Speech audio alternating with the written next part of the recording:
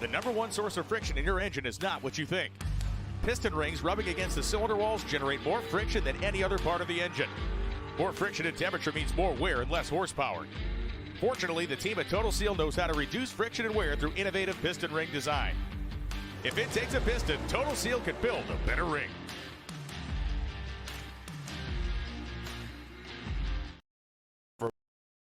For more than a decade, FTI has strived to become the leader in the aftermarket performance transmission and converter industry. We've joined forces with McLeod Driveline Components under the leadership of Top Fuel Funny Car pilot Paul Lee, and now have a larger distribution network, more resources, and more power. Come see us in the pits and ask how you can join the FTI family. It's not cheating, it is the competitive edge. It's Antron Brown, driver of the Macro Tools Top Fuel Dragster, and yes, I'm a 3-time world champ. But you know what? When I win, I go straight to WFO Radio, baby. I want to see you listening in. This is WFO Radio. Hey everybody, WFO Radio is back. Joe Castello back with you. Hopefully you're having a great day. And we're going to catch up with the winners from the DENSO Sonoma Nationals on this show. We got Bob Tasca. We got Aaron Stanfield scheduled. Matt Smith is still driving home. Matt, we got the photograph yesterday. He was stuck on the side of the road. We'll find out that whole deal, the saga. Everybody's still reeling from the big news. Jack Beckman going to fill in, going to super sub for John Force for the last 8 races of the year. Lots to talk about here today. Tasca, we were able to catch up with him last night, actually, so that will be coming up in a few minutes. And Aaron and Matt intended to be live. We ask you to share the show, those of you out there. Got a lot of traction with WFO over the past couple of weeks. Been pretty impressive here in the summer, typically the dog days. The audience has been really strong, and I appreciate everybody out there. The social media, the WFO Radio Facebook group has been rocking. All kinds of comments and commentary going on there. Been a great meeting place for fans of drag racing. A lot of the principals involved in the sport are in there chatting as well. Really good stuff, actually. And just super excited about where this sport is and where it's going and what's going on. And I really appreciate everybody out there who checks out the show and spends an hour or two with us during the middle of the week here talking NHRA Drag Racing, Mission Food Series, and also the Lucas Oil Series. And so I really wanted to get everybody in as best as I can this week. That's why we reached out to Tasca and Aaron and Matt Smith, so that next week and the following week before Brainerd, we can kind of do something a little bit different. Now, I don't know exactly what that's going to be just yet, but you definitely want to subscribe. You want to click the bell down there on YouTube. You want to share the show because we're going to a little bit of a different direction in the next couple of weeks, I think, as we get ready for the Lucas Oil Nationals in Brainerd, and then all of a sudden the U.S. Nationals. Everybody's talking about the big go, travel, getting in early, getting ready for the biggest drag race on the planet. It's going to be amazing. And then it's countdown time. People were asking when the next 340 shot is going to be. You know, a lot of people said Reading. Right? Yeah, definitely. Reading is going to be a possibility as well. So we ask you to share the show, push it out there, and allow me to tell you about the people who make it possible for me to go WFO. We've got some really great marketing partners. You already heard a little bit about FTI Performance Transmissions and Torque Converters. This is Paul Lee's company, and I'm excited when Project Pontiac gets on the racetrack. It's going to have that FTI Power Glide with the 180 straight cut gear set. Super excited. Torque converters as well, but we got to wait for the dyno test. But FTI put you in the winner's circle. Simply put, even if you're not big money bracket racing or super comp racing, you can get on board with them for even your street car. They got torque converters available at Jegs, etc. Same with folks at Total Seal Piston Rings. Got a new episode of Hidden Horsepower getting ready to drop. Believe tomorrow. You're not going to want to miss it. But also want to welcome the folks at Jesse Converters, DPFX Fit, the brand for diesels out there. You think about catalytic converters, and what is the point? And the point is, cleaner air and compliance. So it depends. Like if you love clean air, then you'd probably be into it. And if you love being able to continue doing what you're doing because you're in compliance with state and local regulations, that too. And so You can scan that QR code to find out more, but we're going to be getting people up to speed on Jesse, who they are, what they do. You've been hearing it a lot out there on the side of a lot of pro stock cars. This is Eric Latino's company, and along with his family, and it's been very interesting to learn what we already have. I think you're all going to be very interested in it. Also, CWT Industries. These are balance machines for machine shops. If your balance machine is old and antiquated, the technology has advanced so rapidly, it'll make it easier to do, easier to train, quicker to operate, and more accurate. Like, that is a win all around. You can email me, joe@wforadio.com, and I'll put you together with Randy Neal if you're looking to upgrade your balance machine. Bernie's Speed Shop. Bernie's up there in Ocala, Florida. This is Josh Hart's company, 100,000 square feet of space. Many of you have been there for the Gator Nationals Fan Fest, but they sell e-bikes. They sell classic cars. They sell muscle cars. They sell exotic cars. They could sell your car on consignment. Maybe you've got that very rare machine and you don't want to just put it out in a field with a for sale sign on it. That's what they specialize in. Go to bernies.com to find out more information. Of course, our friends at Foggit, Foggit, will tell you a little bit more about them in a second. And a shout out to Frank Hawley's Drag Racing School. Great to have Frank on the show yesterday for 10 seconds. Frank, Jack Beckman, the best guy for the job. Thank you, Frank. Pretty much, but that's all you needed, right? Like third-party validation from Frank Hawley, one of the greatest of all times. You'll be able to drive a dragster at some point if you follow along. And of course, our great friends at Marvin Rodak's coffeeandgrills.com. All right, we're going to get to Tasca. We got Aaron Stanfield coming on, but I want to see what everybody's comments are out there in the universe. Derek saying WFO, AJ saying WFO, everybody just saying WFO. It's a greeting within the WFO universe. It's a greeting, and it's also a salutation, like goodbye, hello, goodbye, like ciao, right? WFO, good and bad, right? Good morning. Everybody is on there watching. Let's not forget Ron Capps and Buddy Hull, the new show, 8 p.m. tonight. Way to go, Mark. That's right. On the NHRA Fast channels on Tubi and Roku and all of that. You definitely got to be watching Buddy. Buddy's a friend of the show, and I'm excited for him in his, I'm joking, but it's, now I'm a show host, so I can ask probing questions of all these funny car drivers and learn their techniques, right? It's something we've been doing here on WFO for a long time. Lunch with WFO. Thank you very much. Appreciate it. And hey, guys, also want to remind you, the swag shop is having a sale. We do hats and shirts and all that stuff coming up.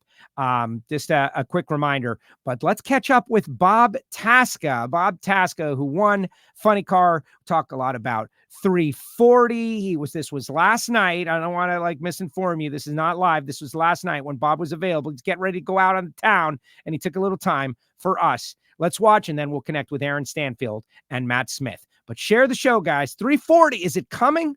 Let's find out. Bob Tasca. A 156th final for Ron Capps, a 34th career final for Bob Tasca. They leave. And Capps smokes the tires. Bob Tasca will roll across the finish line for a victory. 4:08.8, 277 miles an hour. There was no big speed in the final. It was a couple of desperate funny car drivers clawing their way to a win line. And Bob Tasca is holding his third Wally of the season. You said you had to pick your heart up out of your feet. How hard was that round win against Ron Capps? Man, you gotta be on your A game to race Capps, and it got past half track, and it was on a big run, and I felt it knocked the tires off. I stepped off it, rolled in, and I looked out the side window, and I was driving out the side window saying, I hope you don't come around me. But hats off to Aaron Brooks and Todd Okahara and the guys behind me. What a hot rod they gave me all weekend long. For Ford, Motorcraft, PPG, BG, all the people that support this. Nitrofish, Kenny Coretti's watching, and John Forrest, if you're watching, we miss you. Get your butt back out here. Yes, yes, yes. Yes, yes, yes. And he joins us now, Bob Tasca. What do you think when you watch that? Amanda Busick, great job with the interview. Brian and Tony on the call. NHRA on Fox. Hopefully everybody's got a DVR. But reflect, look back. What do you think? Joe, it's why we do it. It's the only reason why I'm out there. It's the only reason why those sponsors are on my car. It's nothing like winning. It's nothing like winning. We work so hard. There's so much effort put in, and it's so hard to win in the sport of NHRA drag racing. The competition is so good. And in that final round, who would have predicted that? I mean, I thought I was home free. I felt the car smoke the tires. I mean, I got out of that thing and rolled back in. And as a driver, your program, we've been running so good all day. but you can't take for granted for a second that it may not go down the racetrack. And if I had kept my foot in it, it could have blown up. Caps would have come around me. You just have to be quick. The guys gave me a great car. I was happy to, in the final round, to participate a little bit, because when the car's running that good, the drivers just hang on. There's not much that we do, but in the final round, we're able to pedal it to the finish line, and just a great win for our team. Huge win, momentum win at the right time. You're third of the season, so you're having a very strong season so far. Let's have a quick talk about the round by round. Got through Buddy with that 87, but man, the 338.77 first round, you're living in that 338, but you got me excited and also a little like, about that headwind Friday night. Tell everybody about that if you can. It's a shame because we should have ran 340 twice this weekend. We should have did it Friday night, but we had a 15-knot headwind. It was really almost 20 miles per hour right on the nose of the car. I could feel it driving, just muscling around through the wind. And then in the first round Friday, had that been a single, we would have run 340. But, you got to respect, your opponents. And at any point you smoke the tires, they're going to come around you. So we had to be a little bit more conservative on that Sunday morning run. But it's exciting. You got a car that we've already been 340, we're in 399, 341. We were actually 2.5 miles an hour faster than the 341 run Friday night at 2 seconds. So it's going to happen. We just got to get the conditions to match up with the opportunity. And I can't wait to do it in front of all the fans. Oh, I'm excited about that. But we talked in the media center. I want to get a full debrief, but since we're talking 340, I did have a question that it popped up. Like, are you in any way concerned that there might be another 340 car out there, like Top Fuel, getting kind of close? Like, could someone snatch this without you realizing it? Well, first off, absolutely. I mean, anything can happen in this sport. I'm happy that we did it the first. We'd like to be the first to do it in NHRA at a national event, but they'll never take away the fact that we did it the first time in the sport of drag racing. As far as the dragsters, certainly they're capable. They are disadvantaged, though. And what people have to realize is from half track to the finish line, the funny car is more aerodynamic. We're not dragging that big tail through the wind. An incredible amount of drag in those cars, and they get on the rev limiter sooner than we do because they run so hard down low and early. But clearly more than capable of running 340. I think Brittany ran 339. We're optimistic that we'll have a shot at it for one simple reason, Joe. We run first on Friday night, so that at least gives me that advantage to have that ability. But we'll see. We're hopeful we can do it. But the bottom line is we're here to win a championship. The speed is great, but we're focused on the championship. We're going to do whatever it takes to try to get out there and win that championship. And if we get to run 340 before anyone else at an NHRA event, that would be just fine too. And we all just want to see it. We want to see it on the scoreboard. We haven't seen it. I watched Bradenton on the stream. I saw the second it came up, that camera looking at the scoreboard. I was like, there it is.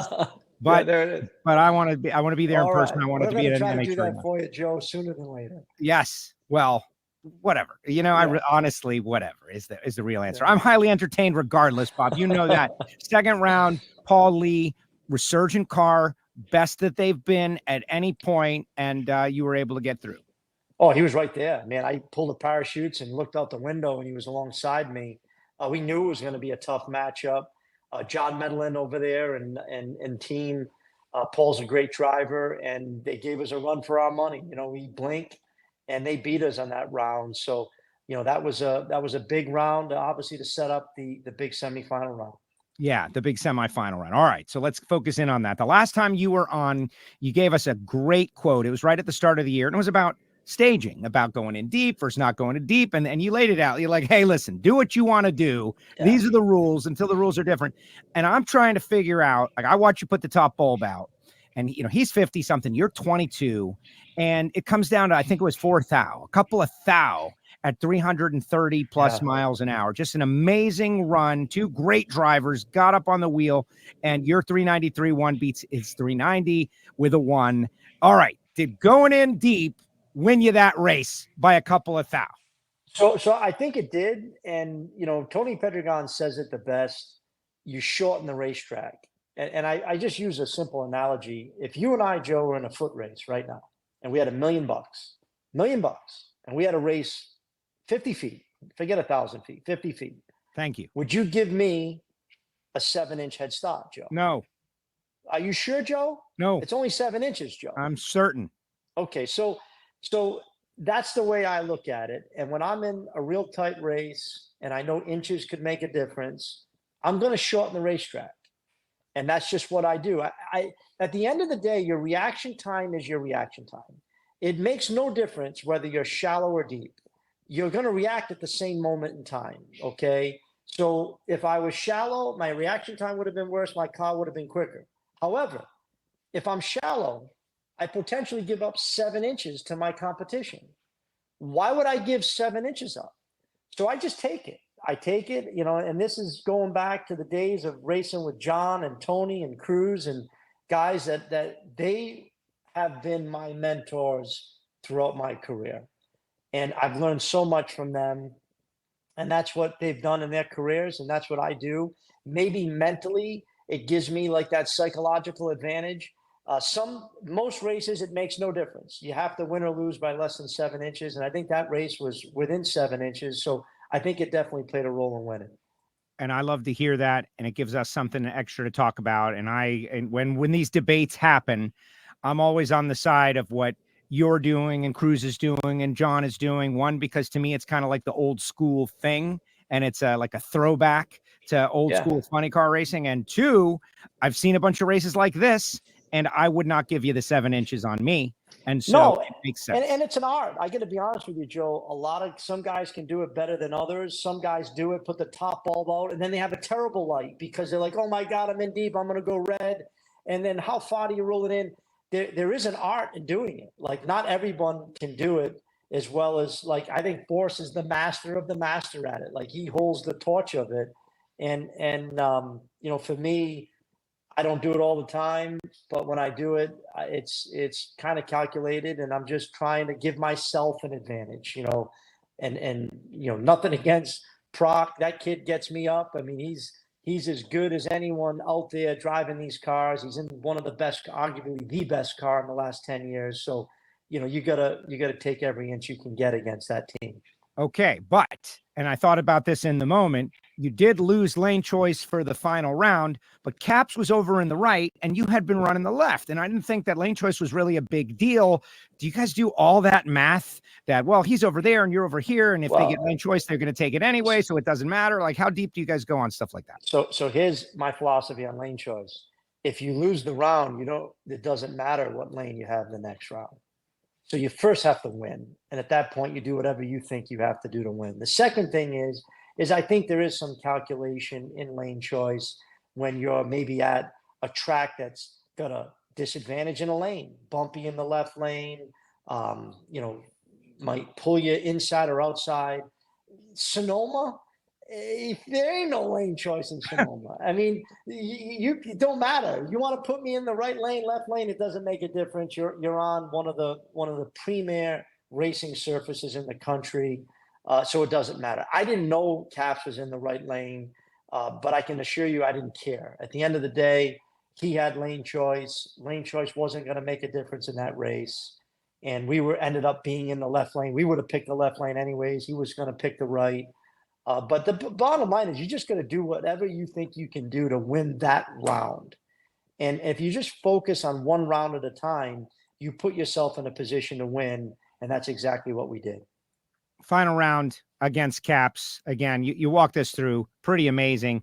And they needed a good weekend as well. Looking at the points standings, you're right there in second, right? Hey, listen, I went up to Caps. He was pissed. You could tell he was pissed, but like Ron is a hero of mine. Like growing up, long before I started driving alcohol funny car, I looked like Ron Caps. It was like, wow, I get to race Caps. And it's a big deal to me. I mean, I gave him a hug after, and I don't do that to anybody, quite frankly. But Ron is a 3-time champ. He's a guy that I've always looked up to. I know he was pissed off. He probably didn't care that I went up to him, but those are the guys that have really paved the way for us. And I'm just trying to chase him. I told him that when I went up to him. I said, Ron, what a race. I'm just trying to chase you and try to accomplish some of the things that he's done out there.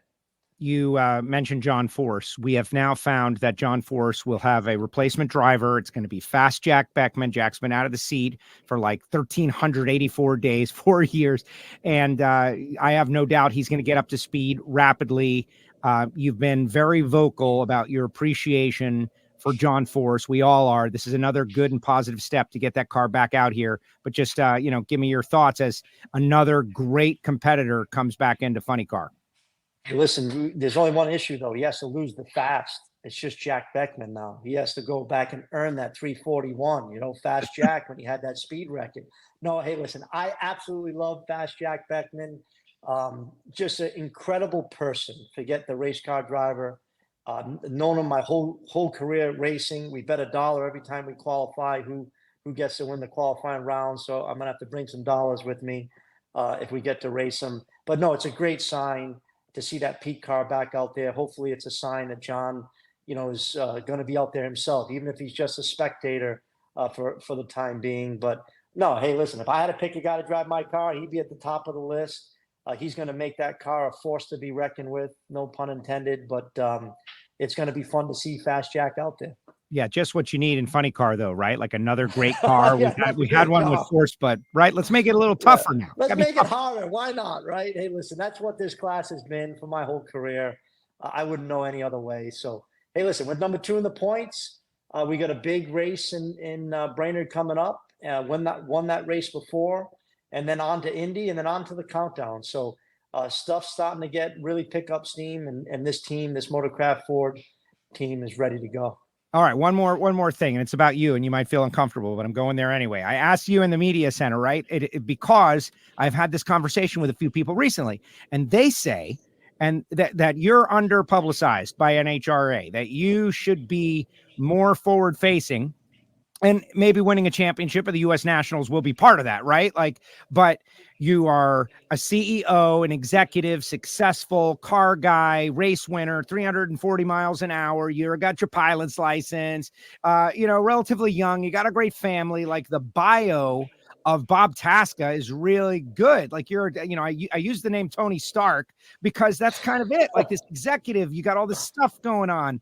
And it's true if you think about it. You're on the board at Ford, from what I understand. You have connections to all these people, and you choose to put yourself in a funny car, and you race at 330 miles an hour. Like that's a rare combination of that. And so, as I just put it out there, what do you think? Like, would you like to be more of a forward-facing person for NHRA? I'll always support NHRA. I love NHRA. I do it for the fans. I do it for the legacy of Ford and racing and Tasca and my grandfather. I try to keep things real simple, Joe, and that's what motivates me. That's what gets me up in the morning, whether I'm selling Fords or flying around the country to all our dealerships. And then on Thursday night, when a lot of people are looking forward to the weekend and hanging out maybe on a boat, I'm looking forward to getting to a racetrack to be with the fans and the teams and the sport and the guys that race with me that I love. And, the accolades and the accomplishments, to me, I don't focus on any of that. I'm worried about qualifying at Brainerd. I was on the phone with Todd and Aaron today talking about the strategy, talking about the test session on Monday. I mean, I just try to keep things real simple, Joe, and I'll let you guys worry about all the other important things. No, I got it. No, well, listen. Both are true, right? Both are true. You can have a passion and a love and also be a great spokesperson for what can be a complex sport to explain to newbies. But I think we're doing a pretty good job. All right, Bob, thank you very much for making the time with us today. I appreciate you. Got 3 wins on the season. I'm pretty confident we'll be getting the opportunity to speak with you again. And, we're all pulling for 340, but only if it's natural, right? Yes, absolutely. Hey, Joe, always a pleasure and love being on your show. Thank you so much, Bob. Appreciate you. Thank you. There he goes, Bob Tasca, BT3, with us here on WFO Radio. There it is. Bob Tasca with us here. How great was that? Hearing him talk about 340, all that stuff, and just amazing. And we'll see how it all goes, right? Like you get the spotlight. There's a lot of discussion about spotlight, like who gets it, who gets it? And the answer is the spotlight is earned. You win more races, you get more spotlight, you do tremendous things, set records, big runs, big wins, more spotlight, more stories, more interviews, more forward facing. That's how you get the cover of National Dragster. That's how you get the cover of the media guide. That's how you become the face of the sport, is by consistently putting yourself in position like this next guest who has won his third race of the year in pro stock. He joins us now, Mr. Aaron Stanfield, double Aaron. What's up, Aaron? How are you? What's up, Joe? Thanks for having me. Oh, thrilled. So, you're down there watching Tasca. I explained to everybody that was recorded last night. You could see Tasca was getting ready to go out on the town. Meanwhile, you're at work. You're taking time off your working day. You end up watching the interview. But you're having a breakout year. What's different in 2024 that has enabled you to go out there and put it on them 3 times? I think there's probably a lot of things, but I think ultimately I just feel really comfortable and just, I feel comfortable and just kind of getting in the groove, driving a little bit. And I'm getting a little closer to where I want to be, but still got a long ways to go. Yeah. Well, and how do you get there? Is it just laps? Is it just experience in laps? You look at Greg Anderson, like how many laps does that guy have? Like 1 million? And Erica, same deal, just runs and runs and runs. Erica has risen to the occasion in big moments, many, many times. So I don't want to say she doesn't get nervous anymore, but she's been in that situation so many times. What is it that puts you there? Is it just as simple as more laps? Yeah, I think more laps and just being in those situations a few more times definitely helps. But yeah, Erica's she's proven herself in those pressured situations. She rises to the occasion. And I think everyone would be lying if they said in a lot of scenarios that they don't get a little nervous. But I think just channeling that and using it in the right way is definitely a good thing. It helps me anyways. Well, good. No, I think it's great. So you're sitting 4th in the point standings, 175 back of Dallas, but not that far behind Greg and Erica. So what's doable with 2 races to go, and the U.S. Nationals is 1.5 points? And so if you continue to have success, where do you have a target? Are you even thinking about that kind of stuff? To be honest with you, I'm personally, I know the guys on our team are thinking, but I'm not really thinking about it. If you win races, all that takes care of itself. And I think we're going to roll into Brainerd and just try to have the best event we can have. I would, of course, love to win a race there. So I'm not really concerned about it at the moment. I just want to keep this momentum rolling. If we've had a really good season, and the past couple races obviously been awesome. So just continue that momentum and continue in the countdown and see where it takes us.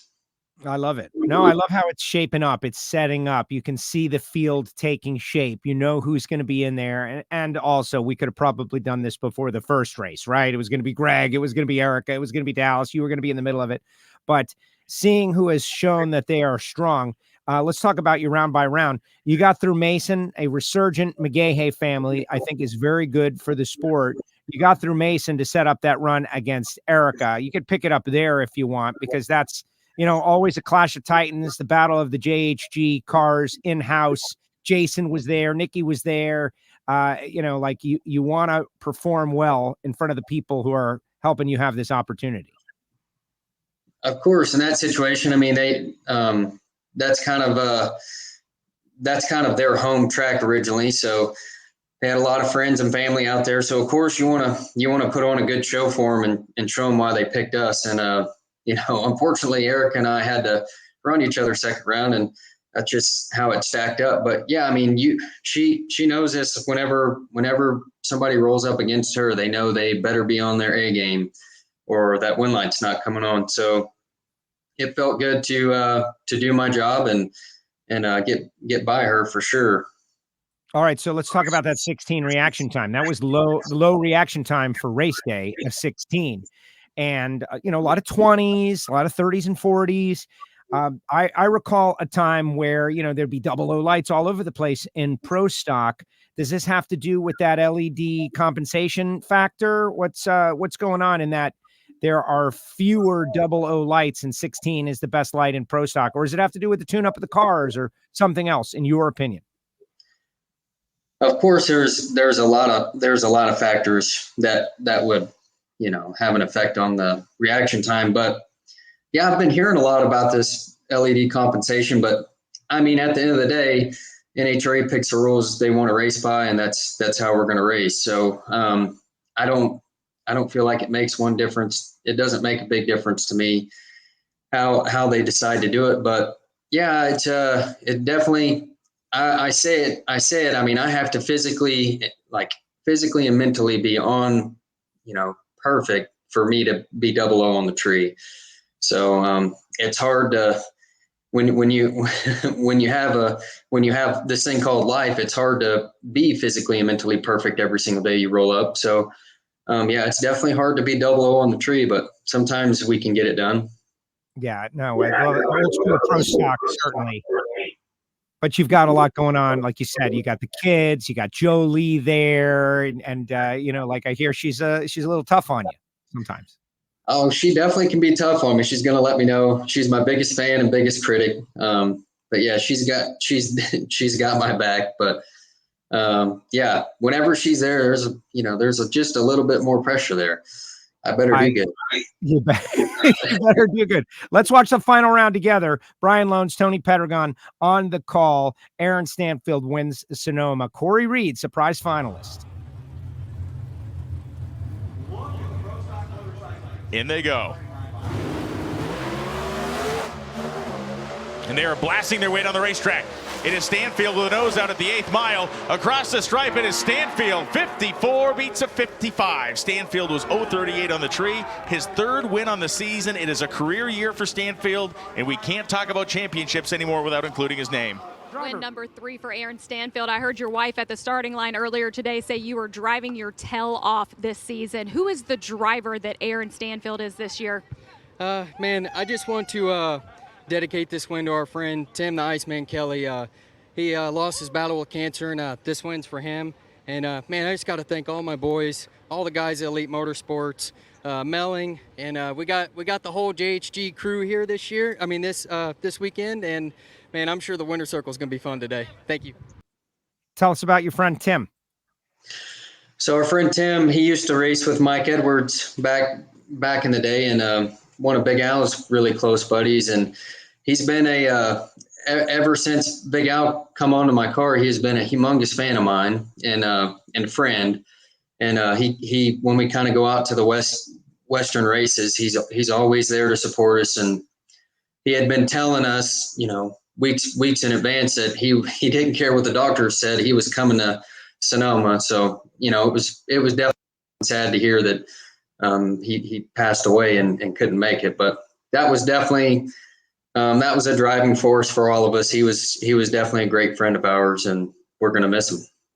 I'm sorry. Buddy. So tough. Definitely tough. All right. So talk about the final against Cory Reed, though. X factor, right? He's in a KB Titan car, so it's going to be fast. And, Cory is no real rookie. He's a rookie in a Pro Stock car, which sometimes, in my opinion, and please expand upon it, the less you have to complicate your driving experience. Like, he could go out there and be 00 against you, right? Like, he's still early in the learning curve. How did you prepare for Cory? Yeah, definitely. I mean, sometimes new drivers, they come in and they dominate really quick, and like it, even for myself, and you start thinking, man, how did I do that? But shout out to him. I mean, I felt like I got my butt kicked for the first couple of years before I had some success in Pro Stock. So to make a final round appearance in his 2nd race, and he's not new to racing, but these Pro Stock cars, I imagine, got to be way different than what he was racing before. So yeah, congratulations to him. And I think I rolled up there in the final round thinking that, not banking on it, but knowing that the past couple runs that my car had been performing better than his, and just to make sure we make a nice clean run and turn on the win light.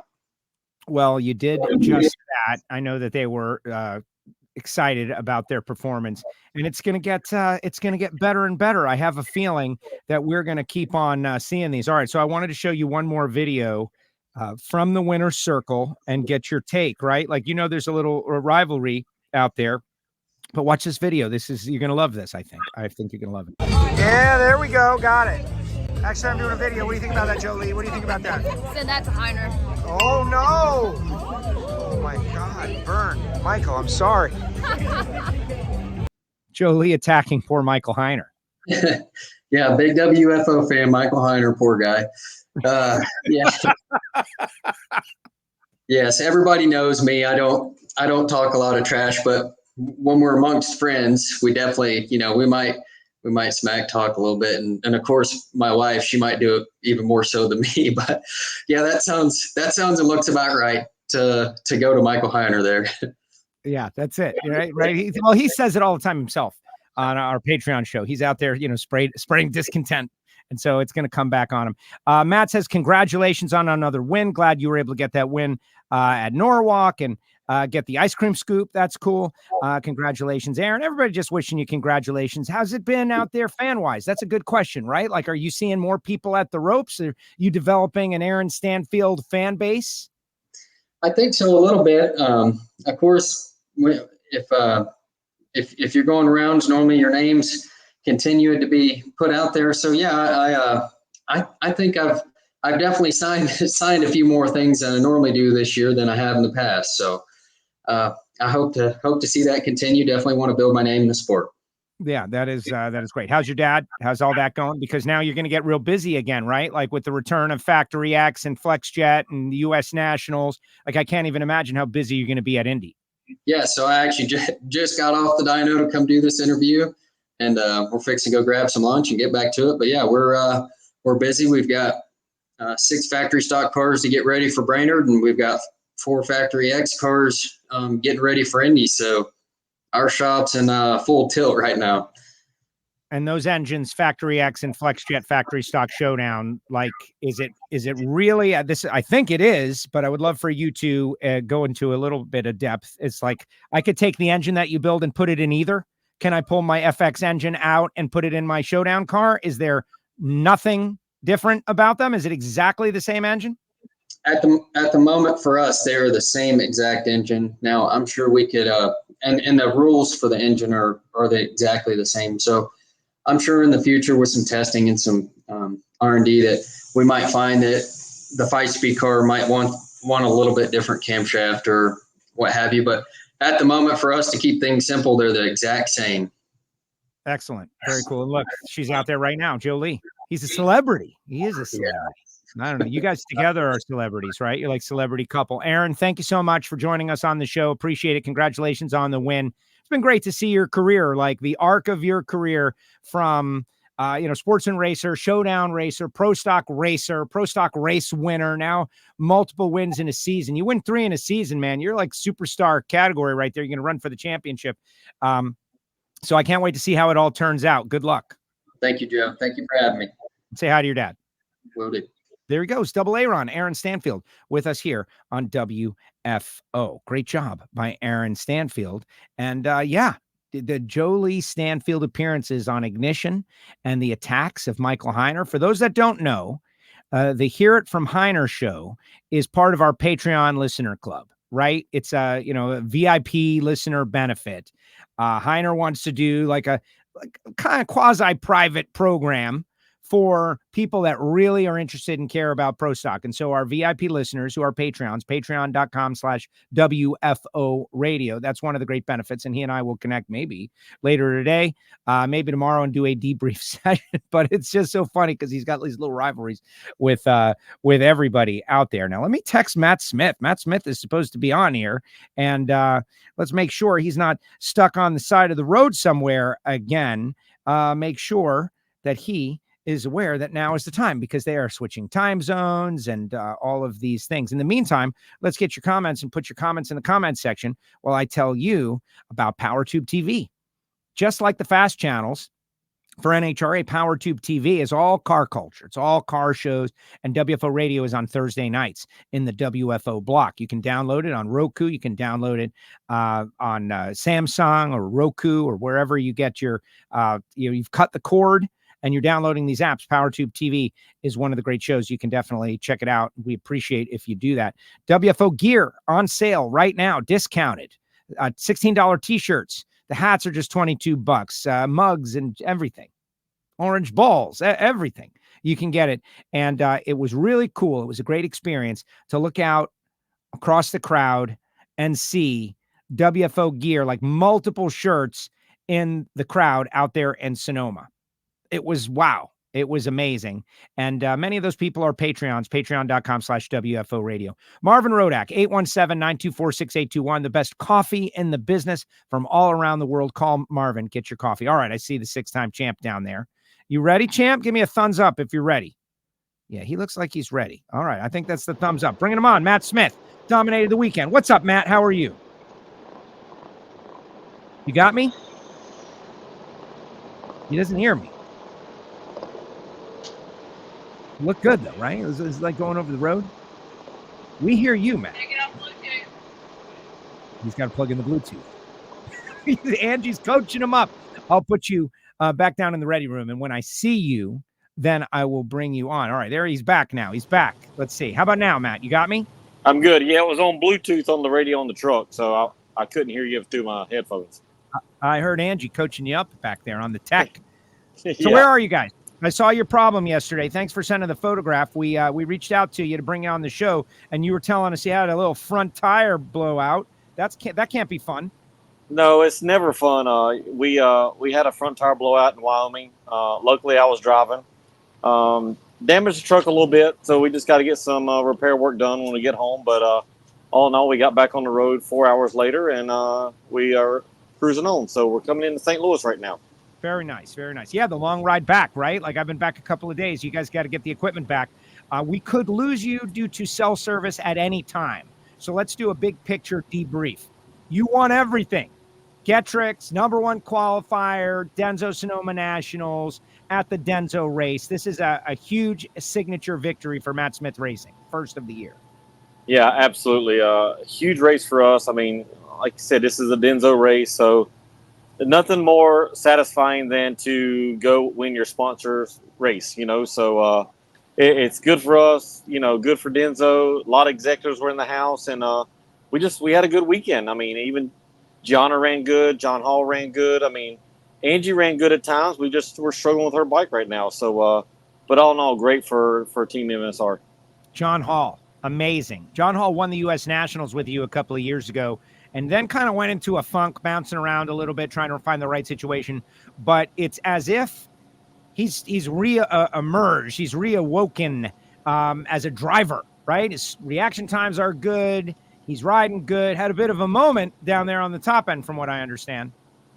Yeah, he got really excited when he beat Gage, and he put his fist up in the air, his right hand, and about blew him off the bike. And I didn't see it until I think it was right before the final round. It was on TV, and I went over to him. I said, "John, what are you thinking?" I said, "You know better than that." He's like, "Yeah." He said, "I didn't want to tell you because it scared me." He says, "I'll never do it again." I said, "You better not ever do it again." I mean, for one, I want everybody safe on our team, but two, I mean, you just can't do that. We don't need nobody to get hurt in our class, and luckily he didn't. Yeah, exactly. But like I said, bit of a moment, great lesson learned. But okay, I don't want to say from one week to the next you're fast. You've been working hard and getting faster, but the whole team was crushing it out there in Sonoma. Is this a one race thing, or have you guys figured something out that will extend beyond this race? Well, I think you look at it, we were fast at Seattle.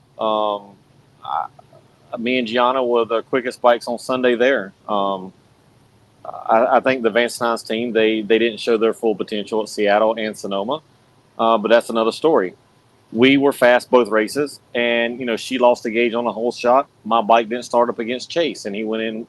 He beat me in the semifinals, won a 668, or 686. So I felt like we could have won that round against Chase, and I'd have been in the finals against Gage. But that's not the way it worked out, and Chase won the race, and I'm proud of him for winning the race. But I think we've had, great motorcycles the last 2 races for sure.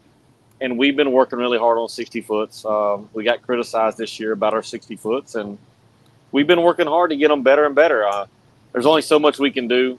We make more torque than the Suzukis, and we got less RPM range to work with to control that tire in 60 foot. So all in all, I think we're at the point of that's about where we can go is the 105. We might can get a 104 on a nighttime session, but 105 is about it. And I'm happy with that because we have the power that we can run pretty close to everybody with that. So Gage dominated, won these 11 races, but now just like with any form of racing, right? Like that is in the past. And what lies ahead is a big points reset and the U.S. Nationals, and you seem to be emerging and Chase seems to be emerging. And what was a foregone conclusion 6 races ago is now opaque, right? So why don't you set the championship scenario for us? What is the situation in Pro Stock Motorcycle right now? Is there a favorite? Is it all even? What's the sitch? I think Gage is a favorite. I really do. I think they'll step back up at Indy. I know they want to win Indy. It's their home race. They haven't won it the last 2 years. We've won it the last 2 years. So I think they'll come in guns a-blazing at Indy. And, I think you'll see their potential again. But we're right there. I mean, I think we're 300s, 400s behind Gage right now. When he makes a perfect run and I make a perfect run, I think we're still 3 or 4 behind him. But we can race with him. He's just really good on lights. I'm getting old. I'm 51 years old. I can't go and cut those 10 and 20 lights consistently all the time. I have to really work to get myself pumped up to do that. But if I can leave within 200s of them, I'm happy. And that's where we were at, at Sonoma. They didn't go down the track either run on Friday. And he called me out for the call out. And we had to run each other first round of the call out. So basically off the trailer, he goes to 68.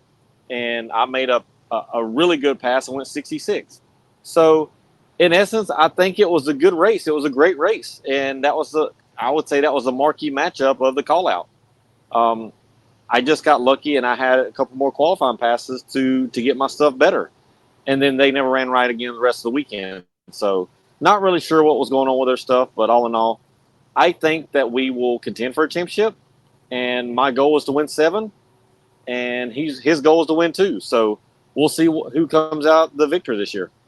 Well, exactly. All right. Are you having fun with all of this? Like, is this fun for you? Because there's a little bit of acrimony, like shots flying back and forth, and I'll call it politicking. Hector and Steve Johnson and you and everybody has got, talking stuff, and there's accusations flying, and then you get to race and Gage calling you out. Like, there's a lot going on in Pro Stock Motorcycle. It's kind of chaotic, but if you're a fan, I would imagine it's very interesting, right? It's like wrestling, but real. What about you? Is this fun for you, being in the middle of this kind of chaotic situation? Yeah, it is fun, and I don't mind, there's a lot of people that don't like me, but there's more people that like me. All right. So you're going to have your MSR haters. You're going to have your Vance and Hines haters out there. It's just part of the deal. We're the 2 biggest teams out there, and we're battling for each other. What I have been politicking and trying to get, through the NHRA and to the fans out there on the internet is I want it to be equal for everybody. It's just not my team. It's just not Vance and Hines' team. It's for everybody. When I fight for the rules for this class, I fight for every brand out there. Even the person I don't like, Steve Johnson, I've still fought for him. I've told NHRA they need to take 10 pounds off of him right now to help him out. Is it the correct thing to do? I don't know, but that's what I'm fighting for. So I fight for our whole class, just not my team. Our class needs to get participation back. Our class needs to have 20 bikes showing up at every race. We need to get back to that. We need to get away from this 12 bike, deal that we're at right now. It's not fun for the fans. It's not fun for the riders. And I think you need to be able to earn your qualifying spot. If you go out there and you have 2 or 3 bad qualifying things, you're automatically in right now. You need to earn your way to get in this qualified field. That's what Pro Stock Motorcycle is about, and we've got to get back to that. There's more bikes sitting at home or in shops of Pro Stock Motorcycle than there are racing right now. And that's what we've got to do. We've got to bring those people back out and get back to racing. I know you can't share if you know, but like, do you think they're listening? Is there something on the horizon? Is there a way to fix this problem? I don't know. You know, I've told NHRA what I would do at the current situation. They had a big meeting with our class, the whole pro stock motorcycle class at Norwalk. And their exact words to us was, we have done a bad job at keeping parity in this class the last year and a half. In the exact next sentence, they go, we are going to make some major rule changes very, very soon. Of course, there was really no rule changes. There was a 10 pounds taken off for the Gen 1 motors, the V Twins, but they already knew that Hector and Mark Ingerson couldn't get down the weight at the weight they're at now. So that rule did nothing for our class. It's just something for them to say that they did something. You know, I have told them what I think needs to happen right now. Whether they listen, I don't know if they will. They're going to do what they want to do anyway. But ultimately, I think, you know, the 4-valve Van Stein's head, they probably need a smaller motor. Then they can start policing and taking weight back off those bikes to get the weight back down off those motorcycles. But it's no different than the day that Harley had a 4-valve cylinder head, and that head dominated. It dominated over the 2-valve stuff. So in essence, that's what we are. We're 2-valve motors. And in the grand scheme of things, they outlawed that motor. And I'm not telling the NHRA to outlaw that head. I'm just saying they probably need to take that motor size back down from the 1855 of where they're at now and go back to 1755. They just need to do some little stuff, but that's an over the winter change, not right now during the race season. Right. And that's, you know, here we are, crunch time. Things are looking how they look. Chase got to win. You got to win. I don't expect that they would make, like you said, that kind of a big parts change. But we'll see, right? This is part of the story. And this is, I like it. It's intriguing to find out and see everybody battling it out. And it's going to be a lot of fun. All right. Feel like we've done a great job with this interview. Angie driving, you riding in the back. We didn't lose you. So I'm going to say goodbye and say thank you very much and congratulations. That GETTRX race, big check right there. Thanks to the folks at GETTRX and Denso. Like you won all the sponsor money this week. Congratulations, Matt. Yeah, thank you. And like I said, thank you to Steve Bryson and GETTRX. I mean, they are the ones that make this possible for our class to have this shootout, you know, for the next, I think, this year and for next year. I think we have it again. So all in all, thank you. And I will say this one thing. It just goes to show who they're sponsoring right now. Hector Rana Sr. was the one that pulled off the side of the road when we had a flat tire. He was the only rig that stopped to see if we were okay. Of all the rigs that passed us. I know Dallas Glenn called me, but Hector was the only one that stopped, and I appreciate that, Hector. And trust me, we'd do the same thing for you if you're sitting on the side of the road. That's amazing. And, you know, like everybody says that, right? Like if you were sitting on the side of the road, would you stop and help your on-track nemesis? And I guess Hector proved it. Yeah, they are a great family of nice people. Lauren says, congratulations. Bunch of people on here saying congratulations. So congratulations, Matt, and we'll see you in Indy. Okay. Thank you, Joe, and have a good day. Say hi to Angie for me. Appreciate it. We'll do. There he goes. Matt Smith with us here on WFO Radio. Guys, can we just take a quick second? You know, he said he's in his 50s. I'm now in my 50s, although I lie and I say I'm in my late 30s. How incredible is it that we can do a live interview with Matt Smith while he's driving across the country in, you know, video? Like, yeah, it was a little slightly pixelated, but is everybody jaded? Is it just like normalized now? Are you just like expecting that kind of level of technology? Because I'm not. I'm still amazed. Like I was around, you know, when we were turning the channels with a pair of needle nose pliers and putting tinfoil on antennas and that kind of stuff. Sitting in my room as a kid, putting tinfoil on the antenna to hear a radio station in Miami. Like, and now I can get a video with someone that's in a moving vehicle in the middle of the country, you know, randomly where there may or may not be great cell service. How on earth is this happening in our world? Amazing. And I just, you know, I want to acknowledge it, right? Like what's incredible about our lives today? What's incredible about our world today? Like that I can talk to Matt Smith, pop him a text. He jumps on the stream and we're talking about drag racing. And now he's back to racing. He didn't even have to stop. He just gave the wheel to Angie. Meanwhile, Frank was driving, but just for a second, we let him go be focused. All right, get your comments in the comment section, guys. I'm sorry, Jason Logan, who, by the way, will be on the air. The Life's a Drag guys are coming on at 2. They should have come on at 1.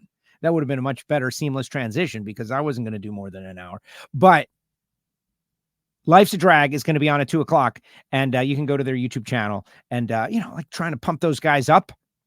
They have a great show. It's not all drag racing. That's what I love to hear. I talk about the meals and the dinners and all that kind of great stuff. Hopefully they don't give up all the secret places. But let's get your comments in the comments section and see what you got to say. I do want to mention yesterday's show, we talked a little bit about Fast Jack Beckman as the replacement driver for John Force. You heard Bob Tasca talk about it at the start of this show. If you did not, you're definitely going to want to go back and see it. This is the only photograph that I had available of Fast Jack, which is a throwback to his last race. And get this, producer Pete from NHRA wrote, he did some research, 1,384 days it will have been since Fast Jack attempted to qualify or sat in a seat of a Big Show funny car at an NHRA National event. They will be racing at the Night Under Fire, and I know I'm doing like free spots for Bader and the Night Under Fire and compelling drag racing fans to go out there because it's going to be amazing. It's going to be amazing. Like there's going to be energy around that event. And also I want to see Summit Motorsports Park and the Bader family do well with their racetrack. But let's get your comments in the comment section, guys. Let's hear what you have to say. This will be the final WFO of the week. We'll be back next Tuesday. And keep on trucking. I've got some Project Pontiac work that I'm going to handle. Got to get under this car and do a couple of things on the chassis. But very much looking forward to and have had a lot of people interested in our Super Street project. Do want to remind everybody that WFO gear, there's a link in the chat right now. It's the first thing that pops up. It's automated. Click that link. And whether it be the Miami Hollywood Speedway gear, or the WFO logos, or whatever, time to get Christmas gifts. Yeah, get somebody a Christmas gift. I heard some people, and remember, the 10th anniversary shirt is available at Hot Rod Randy's. Only available at the track. There is a WFO shirt in Hot Rod Randy's that is only available at the track, which is significant. How about Hector Arana pulling over and helping the Smith family? That's great stuff. It's messed up that only Hector stopped to help Matt. I love seeing MSR whooping Vance and Hines, says Joanne. I don't know. I don't want to judge anyone for the circumstance, but I want to definitely salute the Arana family for what they did to stop. Dallas called him, hey, you're all right. But yeah, to woe it down when you're trucking, that's another level of commitment. I love JFR's video announcement. Well done, says Lauren. Which one? Where Jack puts on the uniform very fast? Yeah. And then Darren gives the wink. Look, they did. This was a full team effort. You got to imagine there's so many layers to it. Going to Chevy, going to Peak, going to all the sponsors who will do a good job, who will do the best job. But in the end, it's the family relationship that I think put it over the top. And like Frank Hawley told us yesterday, and I encourage you to all go watch, there's no better person than Fast Jack Beckman. Let's see. Amy says, always team MSR fan. Great people. I have a little extra color on this. I spoke with Angie. And, Angie obviously loves her husband. That makes sense, right? And just hearing her talk a little bit about, how much she admires his abilities. And this whole thing with Gage. Like, Gage is unbelievable. He's a phenom. And he has definitely come in and seized the spotlight, like we were talking about a little bit earlier. Like, how do you earn the spotlight? Well, you win. You earn it. And Matt has won 6 world championships. Like, that's the thing. You can't deny that Matt Smith is one of the greatest of all time. And even right now, like, he is the nemesis to Gage. And they will battle down the stretch. And yeah, Matt politics a little bit and he works the refs, but so does everybody, like all the great ones, like working the refs always. Trying to gain an advantage always. And, I don't think this championship is decided. And obviously it's not decided, but we could get into the countdown. And I feel like Gage wants it.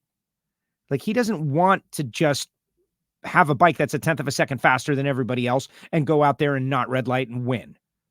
I think Gage wants level competition so that he can show what he is capable of. And I think Matt and Angie want to show the world that Matt's as good as Gage. And so that's exciting to me. That's exciting. And there are so many people, like, motorcycles, it's not my thing, right? And they walk away. Take a second to invest in what's going on. The class that is the most trash talk per word of any class. Let's see what else. I love the new connective technology. I wish it was only used to promote good. Yeah, unfortunately, that's not how anything works. And you can go on the social and you can find 100 things that are just totally made up and false and created and just not true. And then you'll have 100 people, you can see them on there and they're biting on the hook and they love it. And they're like, yeah, look how true this is. And you're like, oh my gosh, what do I do? Do I waste an hour trying to explain to them that they're watching an AI video that isn't even real? Or do you just let them, let them twist in the wind? And you know what the answer is. You let them twist. You're going to fight against people. Let's see. Worked 10 years making fiber optic. Oh, you're welcome. I worked 10 years at Corning making fiber optic. Thank you, Mark. Appreciate it. Great show as always.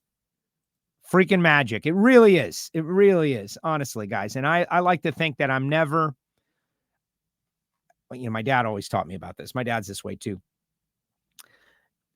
Don't get jaded to things. Like, if something's amazing, let it always be amazing forever, always. And to have that appreciation of things that are amazing to you and try to not just get used to them and bored by them. And I feel that way every time I get on the starting line, honestly. And I always think, like, any time that I'm on the starting line in between a couple of nitro cars or even in between a couple of pro stock cars, listening to the pinnacle of naturally aspirated engines spin up in the burnout, looking down into the window, watching Greg Anderson, one of the greatest, if not the greatest of all time, do his burnout from 5 feet away. Like, it is never lost on me. It's never lost on me. Like, wow, like this moment right here, like this second right here is something that there are thousands and thousands of people out there that would love to just watch this from right here. And I never get used to it. I never let myself get used to it. And the same is true with this crazy tech. Once upon a time, I worked at an AM talk radio station, and I'd have to go in and had like millions of dollars of equipment and a microphone just like this one. And I'd sit down and the on-air light would go on and I would broadcast to people. I would broadcast to people and they'd be out there in their cars and they'd be calling in on their cell phones, talking trash, saying whatever it is that they wanted to say. Some of them were angry that I was on there. Some of them loved it. It's just a big mixed bag. And the idea that I can do that through consumer products to more people farther away all over the world, listeners in Australia, listeners in the UK, listeners in South America, listeners in Canada and Mexico, and people reaching out. They've become friends through this incredible technology, a little webcam that cost me, not very much money, a light. We put it up in our WFO store on the website, the oldest of all the technologies we're employing, a website. Like, it's amazing. It's amazing. And I'll never get used to it. And I'll never become jaded to it. Age is just a number. So true. So true. And more congratulations to Matt Smith. Appreciate that. I missed the show. How did I miss my notification? Yesterday? I don't know. That's on you. It was a little funky at the start. If you're watching on X, there was a little bit of a weird glitch at the very beginning, and I was thinking the show might not be going out on X, but it went out. I have seen the teenage Matt Smith working on the clutch on Tricky Ricky's Pro Stalker on Tubi. Pretty cool. So the Tubi channels, guys, like you be ready though. Be ready. I think you're going to be surprised. You're going to be like, oh my gosh. And then 4 hours will be gone and you'll be like, what happened? What happened? Where did it all go? Because it's classic drag racing. And those are all on NHRA.tv as well. The digitized classic stuff. And from what I understand, they're working on more. They've got a lot of different races, got a couple of seasons that are digitized, but it's it's a very expensive prospect to take all those old, large format videos and make them digital, but there's a reason to do it. I thought Robert Hight would have been back in the seat, but glad to see Jack back in the game. Did I miss something about Robert this season? He stopped driving. Yes, Henry, you missed it. Robert's got a personal medical issue that forced him to step out of the seat at the start of the season. He's on the comeback trail. He'll be back. He made the big announcement that Beckman is going to be driving. But yeah, that's the reason that Robert is not behind the wheel of the Cornwell Tools funny car. But it is also the reason that we're getting to see Austin Prock do what's amazing. And, what will happen next year? Let's not go there. Let's just enjoy the here and now and let next year be next year. Because who knows? I didn't get a notification from YouTube either. I am subbed and notifications are on, Jim Essex. I don't know. And, well, I'll tell you why. Because as amazing as the technology is, it's imperfect. It's imperfect. You'll probably get the notification in a couple of hours, right? Or maybe I created the show too late. Like I only created the show about an hour before we went on the air. That's probably part of it. But again, it's on demand. And remember, the Apple Podcast, Spotify, SoundCloud, that's where people who can't be watching the screen listen to the show. And our audio-only listeners, like Taylor Tomisky said a couple of weeks ago, shout out to the audio-only podcast crew. You are the backbone. You are the OG listeners to WFO. All right, guys, have a great week. Appreciate all of you. Thanks to Matt. Thanks to Aaron. Thanks to Bob. A lot of great stuff. Check out our YouTube channel. There's all kinds of old school content on there as well. Appreciate you. Have a great weekend. WFO.